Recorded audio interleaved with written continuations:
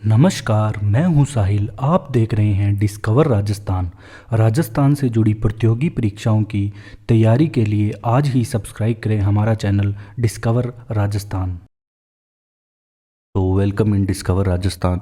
तो हम पढ़ रहे थे जो राजस्थान के प्रमुख वंश है, उनमें हमने मारवाड़ के राठौर टॉपिक शुरू किया हुआ था। तो उसके अंदर हमने जो महाराजा अभय सिंह हैं वहाँ तक हमने कंप्लीट कर लिया था। अभय सिंह के प्रमुख के बारे में हमने क्या पढ़ा था? प्रमुख इनके समय हुआ था खेजड़ली आंदोलन, ठीक है, जिसमें अमृता देवी बिश्नोई के साथ 363 स्त्री पुरुष मारे गए थे उस आंदोलन में।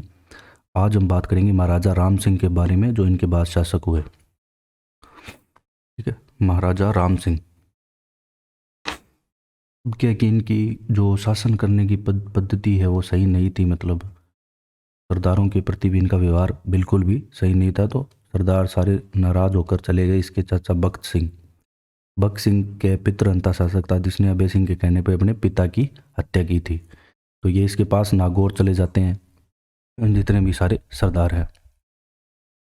अब क्या होता है कि जालोर परगने के लिए युद्ध होता है राम सिंह व बख्त सिंह के बीच में। राम सिंह व बख्त सिंह के बीच में जालोर परगने के लिए युद्ध होता है, और दोनों ही अलग अलग मराठाओं का सहयोग लेते हैं। लेकिन जो बख्त सिंह है उसका अधिकार इस पे हो जाता है। मतलब जो युद्ध में विजय होती है वो बख्त सिंह की होती है। जोधपुर बख्त सिंह पर फाइनली अधिकार कर लेता है। तो अगला शासक होगा ना, वो बख्त सिंह होगा। लेकिन ये सिर्फ एक ही साल शासन कर पाता है और इसकी भी मृत्यु हो जाती है 1752 में महाराजा बख्त सिंह की। इसके बाद आता है विजय सिंह। ठीक है, विजय सिंह के टाइम में क्या प्रमुख घटनाएं हुई? तो इसका ये बख्त सिंह का बेटा था विजय सिंह एक, तो ठीक है। और मराठों व राम सिंह के सम्मिलित आक्रमण का सामना करना पड़ा था इसे, क्योंकि राम सिंह को हटा दिया गया था इसके शासन से। अब राम सिंह मराठों के साथ मिलकर जोधपुर पे हमला कर रहा था बार बार। अंत में क्या हुआ कि ये लड़ाई बहुत लंबी चलती गई। इसके बाद विजय सिंह को इस सांबर, मारोट, सोजत, परबतसर, केकड़ी ये राम सिंह को देना पड़ा, और अजमेर मराठाओं को देना पड़ा 1756 में। इसके बाद क्या होता है कि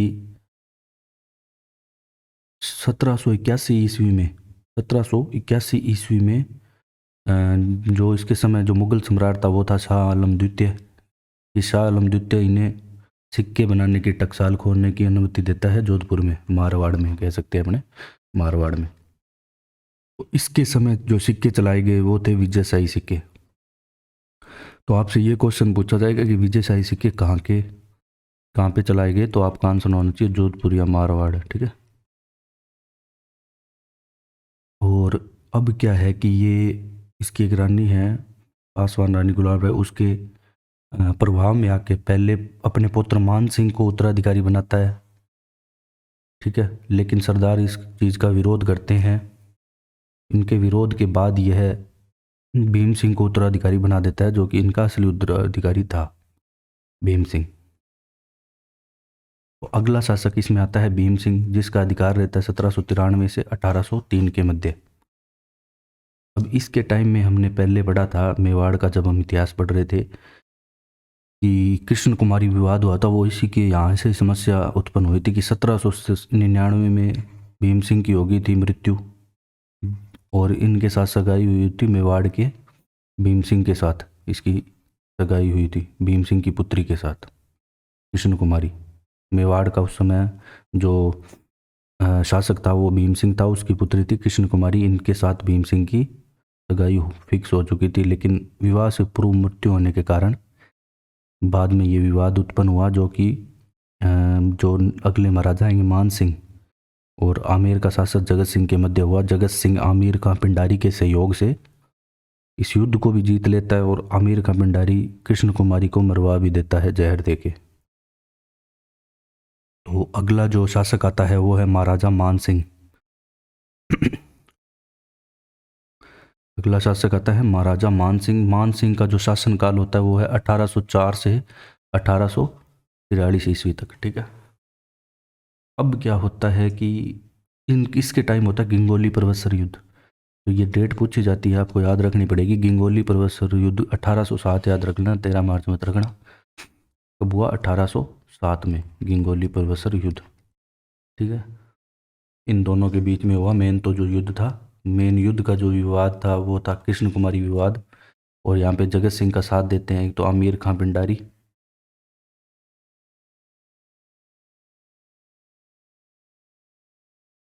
और ये मराठाओं को भी सहयोग लेते हैं। तो यहाँ पे जीत जगत सिंह की होती है, आमेर के शासक, और ये मान सिंह यहाँ पे हार जाता है।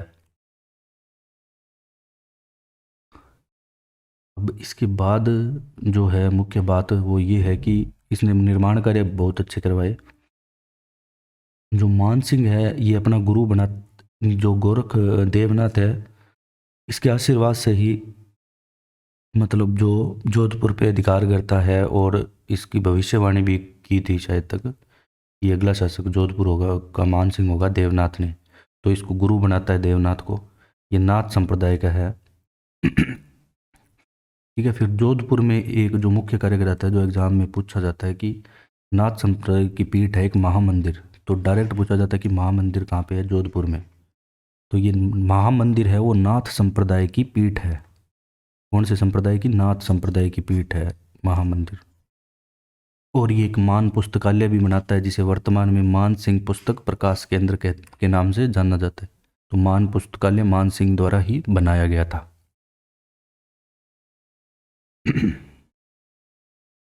जो नेक्स्ट बात आती है कि अब जो मान सिंह के समय ही मतलब बहुत कार्य हुए थे। अब इसके मराठों से परेशान आके ये मतलब ये लास्ट में क्या करता है, मुगल मराठा सबसे परेशान आके 6 जनवरी 1800 अंग्रेजों से कर लेता है संधि। ठीक है, अब मतलब इसके जो भी कार्य प्रणाली है वो अंग्रेज ही चलाते हैं, उनके अकॉर्डिंग चलती है। तो 6 जनवरी 1818 को अंग्रेजों से संधि करने वाला मारवाड़ का शासक आपको पता होना चाहिए मान सिंह। ऐसा पूछा जाएगा एग्जाम में हमसे कि अंग्रेजों से संधि करने वाला मारवाड़ का शासक कौन सा है, तो आपको पता होना चाहिए मान सिंह होगा मारवाड़ का शासक। और 1835 ईस्वी में एरनपुरा में जोधपुर लीजन का गठन होता है। ये 1857 की क्रांति जब हम पढ़ेंगे तो उससे रिलेटेड वहाँ भी प्रश्न आएगा। और यहाँ भी मैं आपको बता देता हूँ कि जोधपुर लीजन का गठन कहाँ पे होता है, आपसे पूछा जाएगा एग्जाम में। तो एरनपुरा में। ठीक है, 1835 में। किसके शासनकाल में?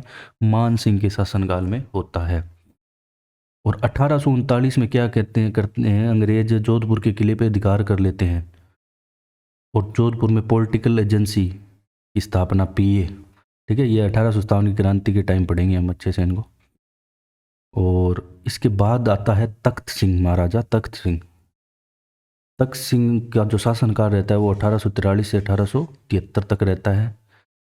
नाथों का इसने विद्रोह को शांत किया, और 1857 की क्रांति में अंग्रेजों का साथ दिया। अब आपको इसमें क्या याद रखना है और कुछ मत याद रखना, आपको बस इतना पता होना चाहिए। आपसे पूछा जाएगा कि 1857 की क्रांति के समय,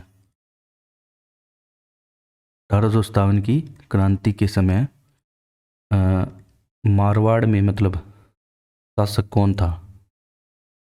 मारवाड़ का शासक कौन था, ये पूछा जाएगा आपसे। तो आपका आंसर होना चाहिए तख्त सिंह था। 1857 की क्रांति के समय तख्त सिंह था जिसने साथ दिया था अंग्रेजों का। ये बात आपको एक ही बात तख्त सिंह में पता होना चाहिए। ठीक है, तो जो 1857 की क्रांति है उसके समय कौन था? तख्त सिंह। अब बात आती है जसवंत सिंह द्वितीय की। ठीक है, जसवंत सिंह द्वितीय का जो शासनकाल रहता है ना वो 1873 से 1895 ईस्वी तक रहता है। अब क्या होता है कि ये दो बातें इंपॉर्टेंट नहीं है। ये दिल्ली दरबार लगता है अंग्रेजों द्वारा 75 और 77, इनमें ये भाग भी लेता है। ठीक है, और 1879 में अंग्रेजों से समझौता भी करता है कुछ। ठीक है, और मेन जो इम्पोर्टेंट बात एक तो ये है, ये बहुत ज़्यादा इम्पोर्टेंट है, बार बार में एग्जाम में आ चुकी है कि स्वामी, सीधा बस यही पूछा जाता है, एक सेकंड, कि स्वामी विवेकानंद है ना वो राजस्थान ही पूछ लेते हैं कई बार। तो जोधपुर कब आए ऐसे भी पूछ सकते हैं। तो स्वामी दयानंद सरस्वती जोधपुर आए थे 1883 में। तो ये 1883 में स्वामी दयानंद सरस्वती जोधपुर आए। तो ये बार बार आप याद करो इसको, 1883 में स्वामी दयानंद सरस्वती जोधपुर आए, तो ये आपको याद होना चाहिए। और जोधपुर में आर्य समाज की स्थापना भी हुई। और एक जो अब आप नगर पालिका एक्ट पढ़ोगे ईओ आरओ के एग्ज़ाम के लिए, तो नगर पालिका से संबंधित आपको डीपली पढ़ना पड़ेगा अच्छे से। अब उसमें पता होना चाहिए कि 1884 में जोधपुर में नगर पालिका स्थापित हो गई थी अंग्रेजों के द्वारा। ठीक है, ये दो बातें हैं वो इम्पोर्टेंट है, और जो भी इम्पोर्टेंट चीज़ होगी मैं आपको बताता जाऊँगा। और आप ये बताएं कि ये वाला पैटर्न सही है क्या, इसमें क्या मैं पहले लिख लेता हूँ, उसमें टाइम ज़्यादा लगता है। अब इनके समय जो एक राजकवि था जिसका नाम है मुरारी दान, जिसने लिखा था ग्रंथ यशवंत यशोभूषण, मुरारी दान के द्वारा लिखा गया। अब ये सारी कवि है जितने भी ग्रंथ लिखे गए, इनका हम अलग से भी एक कर लेंगे सेशन। पहले हम ये कंप्लीट करेंगे हमारा जो ठीक है, और आज से हम क्वेश्चन सीरीज भी चालू कर देंगे। अब है महाराजा सरदार सिंह आता है इसके बाद, जिसका शासनकाल रहता है 1895 से 1911 ईस्वी तक। ठीक है, अब क्या होता है कि चीन का एक बॉक्सर का युद्ध होता है, उसको दबाने के लिए मारवाड़ी सेना लेकर महाराज स्वयं जाता है अंग्रेजों की सहायता। तो ये इम्पोर्टेंट बात है, सीधा आपसे शासक का नाम पूछा जाएगा कि चीन के बॉक्सर के युद्ध के लिए स्वयं जो महाराज जाते हैं वो है सरदार सिंह। ठीक है, और 1902 में इंपीरियल कैडेट कोर के नाम लिखने वाला पहला शासक, तो इंपीरियल कैडेट कोर में इसका नाम लिखा गया 1902 में, तो ये था सरदार सिंह। और जो जसवंत थड़ा है वो अपने पिता की याद में ये बनवाता है सरदार सिंह। तो जसवंत थड़ा का निर्माण कार्य करवाया सरदार सिंह ने। इसका जसवंत मत करके आ जाना आप, क्योंकि मैक्सिमम यही करेंगे कि जसवंत थड़ा का निर्माण कराया जसवंत सिंह। लेकिन जसवंत थड़ा ये इंपॉर्टेंट है, बहुत बार एग्जाम में पहली बार तो यही पूछ लिया जाता है कहाँ पे, तो आपको पता होना चाहिए जसवंत थड़ा जोधपुर में है। ठीक है, जसवंत थड़ा है जोधपुर में, लेकिन इसका जो निर्माण कार्य है वो सरदार सिंह ने करवाया। ये आपको याद होना अच्छे से चाहिए, सरदार सिंह द्वारा इसका निर्माण कार्य करवाया गया। इसके बाद जो शासक आता है अगला वो है सुमेर सिंह। अब जो सुमेर सिंह है कि प्रथम विश्व युद्ध के समय जो शासक था ना मारवाड़ का, वो था सुमेर सिंह बस। और ये अंग्रेजों की सहायता गए थे खुद, और इसमें कुछ याद रखने वाली बात नहीं है इम्पोर्टेंट। इसके बाद जो शासक आता है उमेर सिंह, ये इम्पोर्टेंट रहता था थोड़ा, एक सेकंड। हाँ, उमेर सिंह का शासनकाल रहता है 1918 से लगभग 1947, जब भारत आज़ाद हुआ था तब तक। ठीक है, अब 18 नवंबर 1929,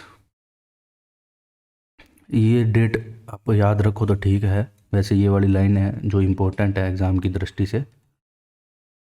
अब जो छित्र की पहाड़ी है वहाँ पे एक छित्र पैलेस, इसे उमेद पैलेस भी कहते हैं, तो ये निर्माण उमेद सिंह द्वारा कराया गया। उमेद पैलेस या छित्र पैलेस उमेद सिंह द्वारा बनाया गया। ये आपको बहुत अच्छे से याद होना चाहिए, बार बार आप इसे पढ़ो। और द्वितीय विश्व युद्ध के समय अंग्रेजों की ओर से ये भाग लिया इन्होंने उमेर सिंह ने। प्रथम विश्व युद्ध के समय कौन था, सुमेर सिंह। अब आता है महाराजा हनुमंत सिंह जो लास्ट था, इसके बाद कोई मतलब नहीं हो, ये अंतिम मारवाड़ का अंतिम राठौड़ शासक है। अब ये क्या है, वो हनुमंत सिंह के समय ये बाद में ये मिल भी जाते हैं राजस्थान के एकीकरण में। लेकिन इससे पहले एक घटना होती है कि भोपाल के नवाब के प्रभाव में आकर ये पाकिस्तान में मिलने को तैयार हो जाता है। हनुमंत सिंह जोधपुर को पाकिस्तान में मिलाने के लिए तैयार हो जाता है। फिर क्या होता है कि वीपी मेनन, माउंट बेटन और सरदार पटेल इसे समझाते हैं, या जो भी इसे अच्छे से बताते हैं। फिर 1947 को भारतीय संघ अभिमिलन पर हस्ताक्षर ये कर देता है। और अंत में क्या होता है कि 14 जनवरी 1949 को भरत राजस्थान में जोधपुर मिल जाता है। ठीक है, इस तरह से राजस्थान का निर्माण हो जाता है।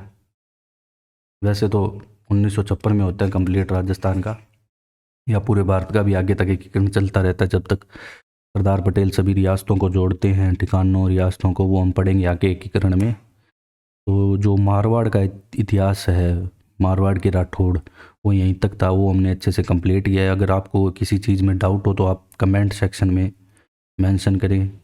कोई गलती हो तो भी वहाँ पे मेंशन करें, हम उस गलती को सुधारेंगे। एंड धन्यवाद डिस्कवर राजस्थान को ज्वाइन करने के लिए। Share and subscribe.